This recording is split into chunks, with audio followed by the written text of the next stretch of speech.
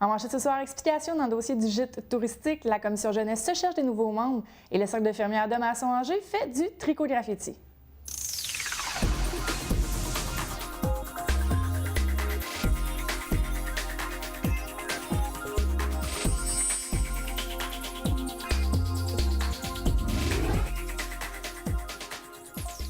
Bonsoir, mon nom est Josiane Hardy. Bienvenue à cette édition des FOMAC du jeudi 16 avril. Le Conseil municipal de Gatineau a adopté le 14 avril dernier le règlement d'urbanisme dans le dossier de la maison McLaren qui pourrait trouver une vocation de gîte touristique. Un registre sera ouvert au mois de mai prochain par la Ville afin de permettre à ceux qui ne seraient pas en accord avec le procédé de pouvoir s'exprimer via leur signature dans le registre.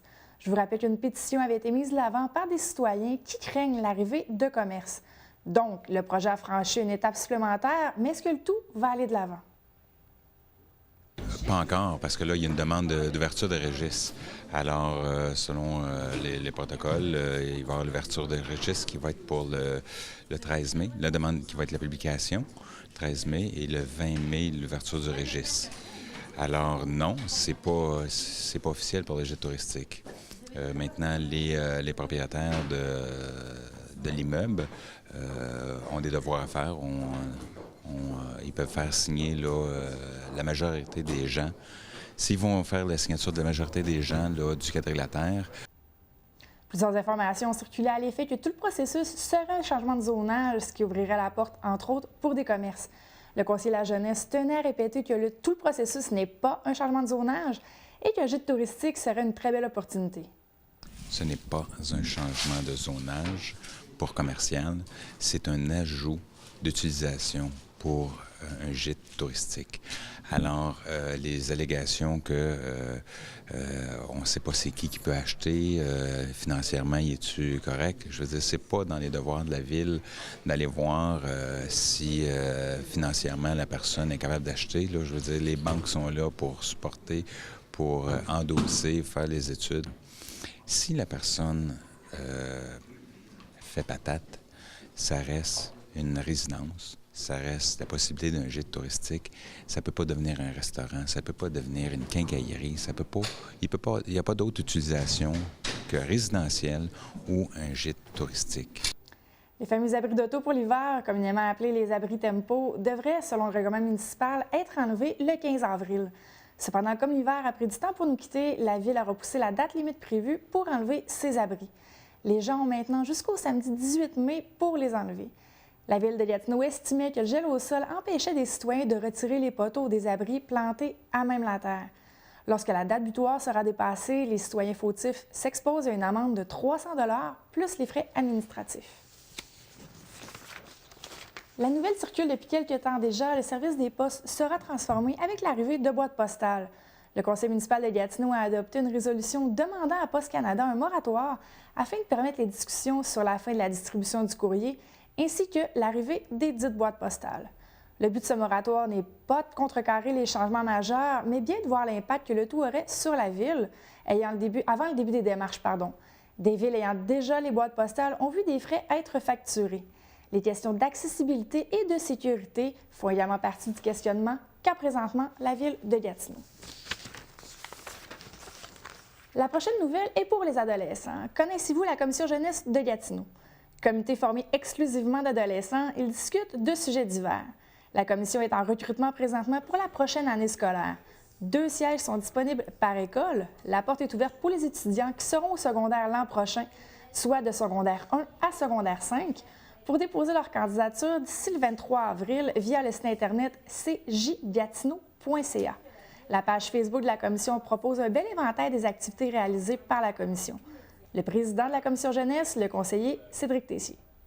La commission jeunesse, c'est une commission municipale de la Ville de Gatineau. C'est une instance du conseil où il y a des membres citoyens, 26 jeunes de 12 à 17 ans qui y siègent, 2 par école secondaire sur le territoire de la Ville et qui sont appelés à prendre des décisions sur les enjeux jeunesse, les enjeux qui touchent les adolescents à travers la Ville de Gatineau. Le cercle de fermières de Masson-Angers a tenu cet après-midi une activité bien spéciale dans le parc adjacent à l'église à Masson-Angers, soit du tricot graffiti.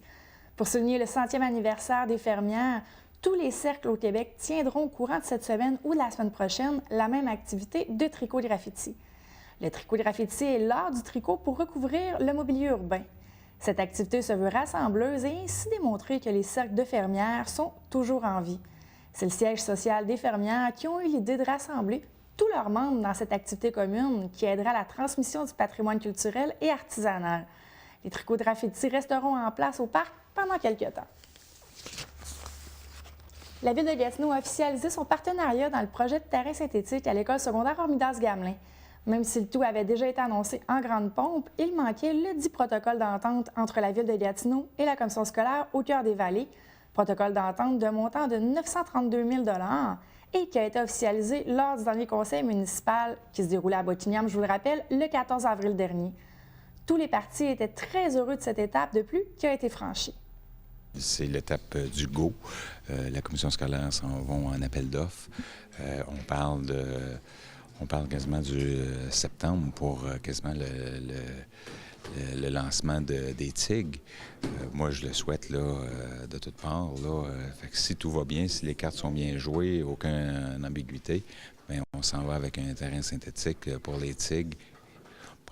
Le soccer, peut-être pas pour cette saison-ci, là, mais les TIG, on parle de cette saison-ci. Le président de la commission scolaire au cœur des vallées, Jocelyn Fréchette, était plus qu'heureux de ce protocole d'entente avec la Ville de Gatineau. Le dossier a été travaillé depuis très longtemps. Tous sont heureux que le dénouement soit enfin à nos portes. Si tout va comme prévu, le terrain sera prêt pour le début de la prochaine année scolaire. M. Fréchette nous livre ses impressions sur ce protocole avec Gatineau. C'est une étape de plus de franchie vers le but ultime qui est la mise en place du terrain pour septembre 2015. Les orientations, tout va de l'avant, ça va bien présentement. On arrive aux appels d'offres. Le protocole d'entente avec la Ville de Gatineau est un élément très important dans l'ensemble de la réalisation de ce projet-là. C'est 932 000 dans le fond qui vient s'ajouter dans le fond sur un projet de 1,7 million. Donc on sait très bien que c'est un grand soulagement.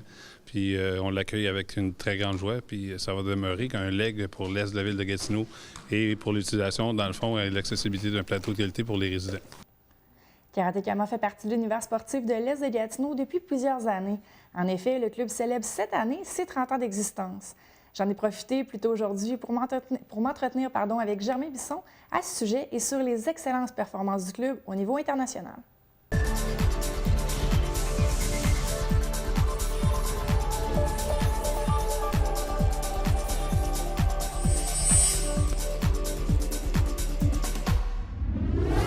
J'ai une figure bien connue du sport ici à Bottignam, M. Bisson. Bonsoir. Bonsoir, ça va bien? Oui, ça va super bien, merci. Et là, je veux qu'on commence tout de suite. Il y a eu un gros tournoi, mais dans le fond, il y a eu 3 tournois qui se sont déroulés quasiment simultanément il y a quelques semaines déjà. Oui. Je vous laisse nous expliquer un peu les bonnes performances du club.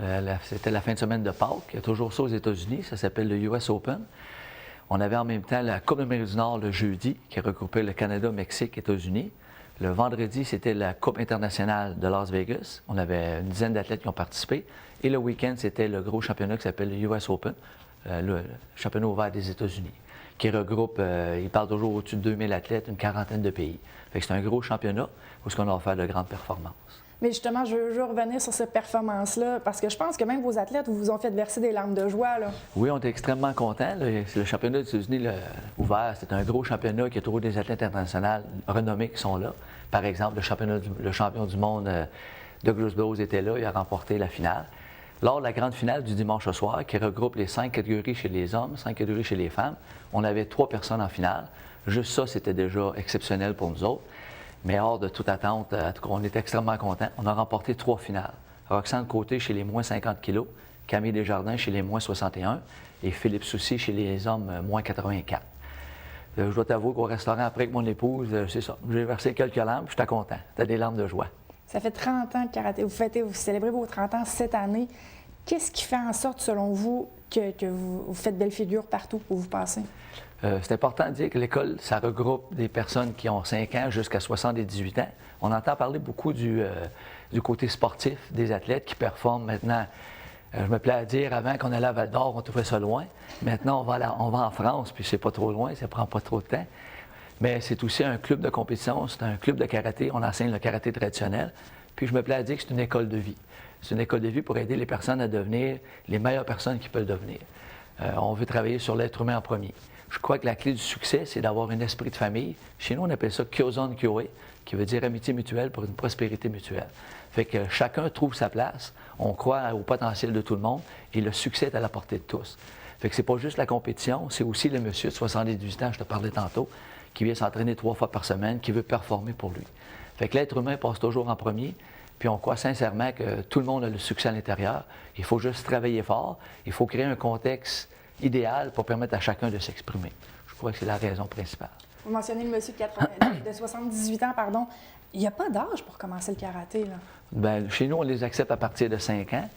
5 ans, puis on les amène jusqu'à notre plus vieux, 78 ans maintenant, qui a commencé à l'âge de 60 ans. À un âge où tout le monde prenne le retraite, puis qu'on se fait dire qu'on est trop vieux pour faire des choses. Il n'y a pas d'âge pour performer. C'est pas vrai. Des amitiés à long terme qui se créent en même temps, une bonne forme physique, les bienfaits du karaté. Ça, je dis toujours pour les plus jeunes, c'est un karaté éducationnel, parce qu'on veut développer l'enfant par l'éducation. Okay. On a un karaté sportif, notre club de compétition qui est sinon le meilleur au niveau canadien. Ensuite de ça, on a un karaté plus axé sur l'autodéfense, l'application du style, Chitoryu, puis un karaté santé, où ce qu'on veut tenter de ralentir la courbe de vieillissement, en prenant soin physiquement, mentalement, émotivement. Fait que le karaté chez Karaté Kama, on tente de répondre aux besoins de tous. Vos athlètes ont performé, mais je pense qu'on pourrait même vous demander un autographe à vous parce que vous étiez dans la revue, Karaté Master, si je ne me trompe pas. Hein? Oui, c'est ça. J'ai eu l'honneur et un privilège d'être approché l'année dernière par un monsieur qui s'appelle José Fraguas, qui est rédacteur du magazine digital électronique Master Magazine. Fait que j'ai fait une super belle entrevue d'une dizaine de pages où ce qui parle de mon histoire dans le karaté. Mon cheminement personnel, puis il me pose certaines questions. Est-ce que le karaté sera bon? Ça sera bon d'aller aux Olympiques? Pourquoi je pratique le style du Chitoryu? Des questions comme ça. Fait que c'est un honneur que je prends avec beaucoup d'humilité, mais beaucoup de responsabilité aussi, parce que là, j'ai parlé beaucoup du style Chitoryu, j'ai parlé de la compétition, mes opinions sur la compétition de karaté, le développement des athlètes. Par exemple, on me posait une question à savoir, c'est quoi le développement du karaté, mais je parlais du karaté éducationnel, le karaté santé, le karaté autodéfense, le karaté compétitif, surtout le karaté do, développement de la personne. Fait que j'ai eu la chance de passer dans le magazine. C'est tout un honneur. Ça fait 30 ans que vous évoluez dans ce monde-là. Vous êtes quand même, on va le dire, une sommité en matière de karaté, si vous me permettez. Est-ce que la notoriété, justement, qui est acquise au fil des années, est-ce qu'elle est reconnue par les pairs? Ou vous devez toujours vous battre un peu parce que vous êtes un club de Buckingham? On est un club dans une petite région, sauf que je crois que c'est un avantage d'être dans une petite région, parce que tout le monde, c'est comme une grande famille, fait que tout le monde veut s'appuyer. Mes parents disaient toujours, ça prend un village pour élever des enfants. On a la chance. T'sais, moi, j'ai commencé le karaté en 1973, fait que ça fait déjà 42 ans que je pratique. L'école, on fête cette année notre 30e anniversaire. Fait qu'on est reconnu au niveau québécois, canadien, puis maintenant à l'international, parce que on a eu des belles performances de nos athlètes. Mais à chaque année, j'ai des champions du monde qui viennent enseigner au club. Fait qu'on s'est ouvert sur le monde, puis nos athlètes maintenant se promènent 7 à 10 fois par année dans différents pays. Fait qu'on est très bien reconnus. C'est des fois plus difficile politiquement au niveau québécois-canadien, mais ça, c'est comme toute chose. Il faut juste bien se battre là-dedans. J'aime bien la métaphore. 30 ans cette année, il y a une activité qui s'en vient le 16 mai à la salle des Chevaliers de Colomb. C'est ça. Oui, à tous les 5 ans, j'organise un genre de party retrouvailles où on invite les anciens membres à venir. Cette année, ça va être un petit peu plus gros, organisé un peu différemment. C'est ça. C'est le 16 mai, 30e anniversaire de notre dojo. On espère avoir beaucoup d'anciens membres, des membres qui pratiquent actuels. Mais c'est toujours le fun de revoir des personnes que ça fait des années qui ont quitté le karaté, qui pratiquaient à l'âge de 14-15 ans, puis qu'aujourd'hui sont rendus mères ou pères de 2-3 enfants. J'en ai qui ont 3 enfants. Fait que c'est super le fun. Je suis rendu un peu le grand-père des karatékas. Fait que c'est le fun. Les gens, est-ce qu'il y a des billets ou c'est entrée libre? Comment ça fonctionne? Non, c'est un souper avec aussi, il va y avoir une intronisation au temple de notre temple de renommée, des reconnaissances. Fait qu'on a des billets à vendre au club de karaté. Ils peuvent nous contacter par courriel ou par téléphone. Puis on a une limite de 150 à 200 billets à peu près. Fait que la vente, ça va super bien. Fait que premier arrivé, premier servi. Dépêchez-vous, le message est lancé. Et là, j'aimerais clore l'entrevue. Les gens qui nous écoutent, qui disent ne sont pas trop certains si ça m'intrigue le karaté, j'aurais peut-être des petites questions. Qu'est-ce qu'ils peuvent faire? Est-ce qu'ils peuvent aller vous voir? Est-ce que vos portes sont ouvertes? Nos portes sont ouvertes. Ils peuvent venir voir au dojo Karaté Kama, situé à Lancan. On a nos dojos satellites à Angers, Masson, Papineauville. Ils sont toujours ouverts. Ils peuvent nous écrire par courriel ou sur Facebook. Ça va me faire un plaisir de faire connaître le merveilleux monde du karaté. Je crois que dans le monde d'aujourd'hui, le karaté est au service, axé sur le respect, axé sur la discipline, axé sur croire dans la réussite des gens. M'a terminé comme ça en disant c'est décevant d'entendre parler que les jeunes d'aujourd'hui sont de telle façon, ils font la grève pour rien. Moi, je crois qu'il faut croire dans les jeunes. Karatékama, on croit dans les jeunes. On croit dans la réussite de nos jeunes parce que l'avenir nous appartient. Quand on critique les jeunes d'aujourd'hui, on devrait se regarder dans le miroir parce que les jeunes sont le reflet de la société du monde adulte. Fait que je crois qu'il faut croire. Fait que s'ils veulent avoir des questions n'importe quand, je vais me faire un plaisir de leur répondre sur Facebook. Merci beaucoup. C'est moi qui te remercie.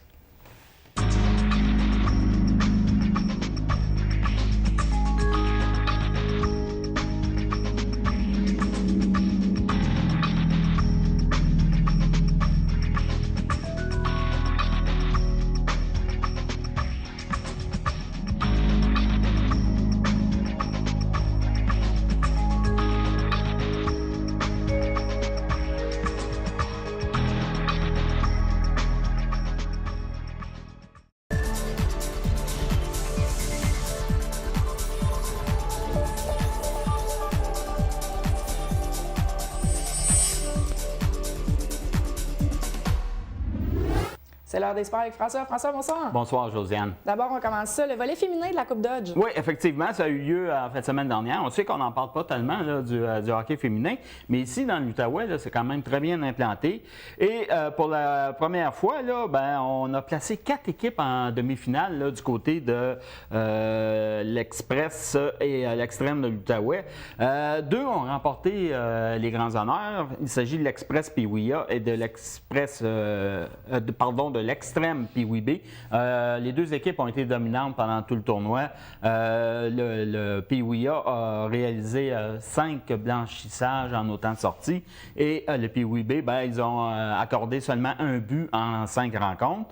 Alors, naturellement, avec des fiches comme ça, ils ont remporté les grands honneurs. Il faut aussi souligner performance du côté du Midget 2A et du Junior A, qui eux aussi étaient en demi-finale, mais ils ont finalement remporté la médaille de bronze. Donc, une excellente performance là, pour l'Express de l'Outaouais en fin de semaine dernière. Excellent. Là, on s'en va les Olympiques contre l'Océanique. Oui, effectivement. Et là, c'est un peu plus difficile là, dans cette série. On sait que les 2 premiers matchs avaient été divisés là, du côté de Rimouski, mais les 3 prochains étaient présentés ici même à Gatineau. Et là, l'Océanique a remporté les 2 dernières rencontres. Donc, le pointage en la série est 3-1.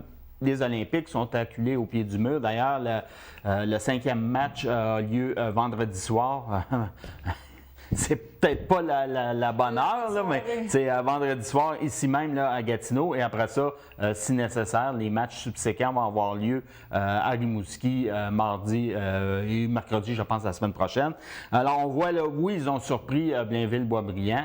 Sauf que l'Océanique, c'est une coche encore en haut. Puis je me souviens quand on était petit, tu sais, des fois, là, tu faisais un lancer, là, puis tu l'avais du premier coup. Là, tes chums, ils disaient tout le temps, refais-les, puis c'est là que ça devenait plus difficile. Je pense que c'est ça un petit peu, mais quand même, 3-1 avec Benoît Groulx en arrière du banc, il n'y a pas dit ça au dernier. Effectivement. Excellent. La Coupe Dodge maintenant. Oui, là, après le volet féminin, c'est le volet masculin. Il faut quand même souligner là, qu'ici, dans la région, il y a beaucoup d'équipes qui participent. Il y en a à Laval, il y en a aussi qui s'en vont du côté de l'Abitibi. Rapidement, dans la tombe 2B, c'est l'Avalanche de Gatineau. Dans la tombe 2C, le représentant, c'est les voisins de Papineau. Puis-oui B et Puis-oui 2C, Puis-oui 2B, Puis-oui 2C, l'Avalanche de Gatineau et les Olympiques de Hull. Dans le Bantam 2B, ce sont les ambassadeurs de Gatineau. Midget 2A, les Loups de la Colline. Midget 2B, les Voiliers d'Aylmer. Alors, on voit là, quand même que dans la Ligue, là, à peu près toutes les équipes sont représentées. C'est un bon signe, ça. Et il faut surveiller aussi, on sait qu'il y a les équipes régionales, là, les Puis-oui 2A et Bantam 3A. Bantam 3A, c'est peut-être l'équipe à surveiller en fin de semaine, dirigée par Jean-François Lavergne. Ils ont à peu près tout remporté là, cette année, alors ils sont à suivre. Excellent. Et le Karatékama fête ses 30 ans. Oui, effectivement, c'est Germain Bisson qui a eu l'idée là, de faire une espèce de soirée retrouvailles, célébration, temple de la renommée. Ça va avoir lieu le 16 mai prochain à 18h à la salle des Chevaliers de Colomb de Buckingham. Il faut se procurer les billets au niveau, là, en se présentant au dojo central. Le coût est de 40 $. Je pense qu'on on va ressasser de nombreux souvenirs là, durant cette soirée-là. Et on a dit que les billets s'envolaient très rapidement. Donc le ouais, message est lancé. voilà. Et là, on s'en va en plongeon. Coupe Canada, qui est un grand succès. Ah, ça a été un succès sur toute la ligne. D'ailleurs, le Canada a remporté là, la compétition avec une médaille de plus que les représentants de la Chine. Mais quand même, là, de battre les Chinois en plongeon, là, c'est excellent. On sait que toute la publicité de Plongeon au Canada est axée sur le Fab Four, c'est-à-dire les 4 plongeuses émérites. Là. Oui, ils ont bien fait en fin de semaine parce que Rosine Fignon a quand même gagné l'argent à la tour de 10 mètres et aussi en équipe avec Megan Benfeito. Mais c'est quand même du côté des hommes où on s'est démarqué le plus cette fois-ci. C'est Philippe Gagné qui a réussi 3 podiums là, pendant la fin de semaine.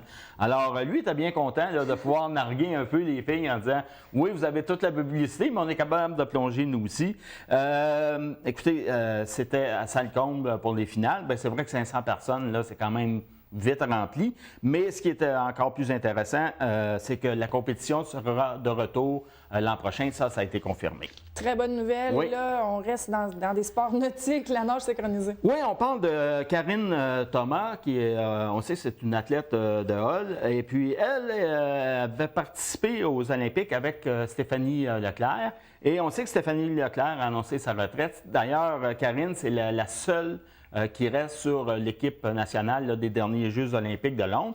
Mais elle est avec une nouvelle partenaire, Jacqueline Simoneau. Et ils ont participé à une compétition à Rio en fin de semaine et ils ont gagné la médaille d'argent. Alors, c'est ce qui m'a amené à dire que les résultats sont similaires du côté de Karine, même si on change les partenaires. Ça fait 1 an et demi qu'elles sont ensemble, ça va bien. Elles vont participer au Pan-Am de Toronto, les Jeux panaméricains cet été, et s'ils vont chercher la médaille d'or, ils ont laissé passer directement là, pour les Jeux olympiques de Rio. Donc, c'est très intéressant. On leur souhaite la meilleure des chances. Excellent. Et là, le golf. Oui, le golf. On en avait parlé la semaine dernière. On dit, regardez bien, ça va ouvrir. Oui, il y a des ouvertures du côté du golf. Le club Tecumseh a ouvert hier, mais il a ouvert mercredi. Tursault ouvre demain. Attention, ceux qui veulent aller jouer en fin de semaine ou même demain, vous allez jouer en marcher seulement. Les voiturettes là, ne peuvent aller sur le terrain. Le Kingsway aussi ouvrait aujourd'hui. Buckingham, moi j'ai vu le 23 avril. Je n'ai pas eu d'autres confirmations, mais j'imagine que ça s'en vient aussi de ce côté-là. Et du côté là, des terrains à Ottawa, dans le sud, presque tout est ouvert. Et en fin de semaine, on nous annonce quand même des 13 et des 15 degrés, donc c'est intéressant. Allez-y, parce qu'au début de la semaine prochaine, ça va être de la pluie. Très confortable, des Oui. degrés comme ça. Et là, le Gala Sport Québec. Oui, c'est Marc-Olivier Caron qui a appris qu'il était en lice pour un Maurice. Un Maurice, là, c'est le trophée qu'on remet aux athlètes là, par excellence. Lui, il a réussi ses exploits en sauvetage sportif. Donc là, on va dire, mais c'est quoi ça, sauvetage? Ce sont justement là, les sauveteurs de piscine et de plage qui se rencontrent et qui font des épreuves là, individuelles, naturellement de natation. C'est un petit peu comme, si vous voulez, les Jeux des pompiers, là, ceux qui ont déjà entendu parler. Alors, c'est ça. Lui, il a remporté 2 épreuves individuelles aux championnats nationaux en plage. Donc, c'est ça qui lui a permis d'avoir là, la nomination. Il se dit très heureux parce que ça va amener justement le spotlight là, sur justement ces activités-là en sauvetage sportif. C'est comme il dit, c'est un boost pour le sport. J'en profite aussi, il y a des athlètes de la région là, qui sont en nomination. Il y a Caroline Calnuel en cycliste qui est en nomination dans la catégorie partenaire. Il y a Glenn Hogue aussi qui est l'entraîneur de l'année en sport collectif, est en nomination. Lui, il est entraîneur de l'équipe nationale de volleyball. Alors, le gala va avoir lieu le 6 mai prochain. Excellent. Et là, on poursuit. Tu as des nouvelles des Mustangs? C'était pas certain, la Ligue encore. Il y avait plusieurs décisions. Oui, bien, écoutez, c'est pas officiel encore, mais moi, j'ai vu passer à un moment donné un courriel qui dit que le Junior Council, si vous voulez, c'est l'entité du côté ontarien qui gère le junior, aurait décidé de ne pas renouveler l'entente pour accepter des équipes hors territoire. Alors, ça, naturellement, ça touche les Mustangs de Gatineau, ça touche Charleville et ça touche également les équipes qui évoluent là, sur les réserves autochtones. Là, il y aurait Aquasasné dans ça aussi. Alors, c'est pas confirmé, mais comme je vous dis, là, ça regarde pas tellement bien là, du côté des Mustangs. Et je rappelle rapidement, les Mustangs, en fin de semaine, participent à la Coupe Dodge. D'ailleurs, ils jouent ce soir à 18h. Du côté de Laval, c'est à l'aréna Mike Bossy. S'il y en a qui veulent descendre, là, il y a des matchs demain, dépendant s'ils gagnent ou s'ils perdent. Ça, c'est situé là, sur le boulevard Sainte-Rose. C'est entre l'autoroute des Laurentides et le boulevard des Laurentides. C'est facile, vous ne pouvez pas le manquer. Alors, sortie Sainte-Rose, je pense que c'est la sortie numéro 16. Et si vous voulez aller encourager Mustang, parce qu'on ne sait pas ce que l'avenir réserve, malheureusement. Et voilà, tu dois être à confirmer. Là, les jours JBMR, ça s'en vient au mois de juin. Oui, il ne faut pas oublier, 6 et 7 juin prochain, il y a une foule d'activités. Il y a des circuits pour toute la famille. On peut s'inscrire. Il faut s'inscrire rapidement parce que quand même, les places sont limitées. Et on rappelle aussi que cette année, on innove avec la boucle, là, si on veut, une boucle ontarienne. C'est-à-dire qu'on va partir de Papineauville et on va se diriger vers Hawkesbury et Lefebvre. Et là, j'imagine qu'après ça, on prend Traversier pour revenir. Alors, écoutez, c'est quelque chose à mettre à l'agenda. 6 et 7 juin prochain. Et d'ailleurs, aussi, il y a le gala de boxe de la Petite Nation qui va se tenir à l'intérieur de ces festivités-là. Excellent. Et là, je dois te demander ta prédiction en tant qu'expert maison de la TVC. Expert maison, oui. Sénateur canadien. Oui, bien écoutez, je pense que tout le monde le sait, je ne suis pas le plus grand des partisans du Canadien. Donc, moi, j'avais dit sénateur en 6. Avec le bémol là, que je voulais voir comment réagirait le gardien de but Glenn Hammond. Je pense qu'hier soir, il a eu un peu de difficulté, mais le pointage 4-3, je pense, ça aurait pu aller d'un côté ou de l'autre. Et puis moi, j'encourage Piquet Souban à continuer comme ça, parce que ça garantit que ça va donner un coup de main à Ottawa. Donc, moi, je dis Ottawa en 6, mais je regarde là, du côté de la section, là, moi, je pense que l'équipe à battre dans le moment, c'est les Rangers de New York. J'ai bien hâte de voir là, le résultat contre... Eux autres, ils jouent contre Pittsburgh, ça commence ce soir. De nombreux experts ont justement mis les Rangers comme l'équipe à battre. Le mot. Oui, puis parce que à la fin de l'addition de Keith Yandel là, qui sont allés chercher en Arizona, c'est venu là, renforcer une très bonne défensive. Puis à l'attaque, on sait qu'ils sont dévastateurs. Puis si Henrik Lundqvist est en forme, attention. Excellent. Et là, toutes tes prédictions sont enregistrées, François. Tu vas pas revenir dessus. C'est ça. Non, puis tu ne reviendras pas dessus. Non, absolument pas. Non. Merci beaucoup, François. Ça m'a fait plaisir. Je vous remercie d'avoir été des nôtres. Je vous rappelle, demain, c'est le gala reconnaissance du regroupement des gens d'affaires de la Basse-Rivière. La TVC est en nomination. La TVC est en nomination, justement. Donc, au courant de la semaine prochaine, on va avoir plus de nouvelles. Si on remporte ou pas le prix dans la section organisme, ça se déroule demain. Surveillez les réseaux sociaux. Je vais les tenir à jour, justement, si on remporte ou pas dans la section organisme. Je vous rappelle, si vous avez des commentaires, vous pouvez toujours écrire à nouvelle avec un s @tvc.qc.ca ou encore par téléphone au 819-281-8250. Mon nom est Josiane Hardy. Je vous remercie d'avoir été nôtres encore une fois et on se reparle la semaine prochaine. Passez une très bonne soirée.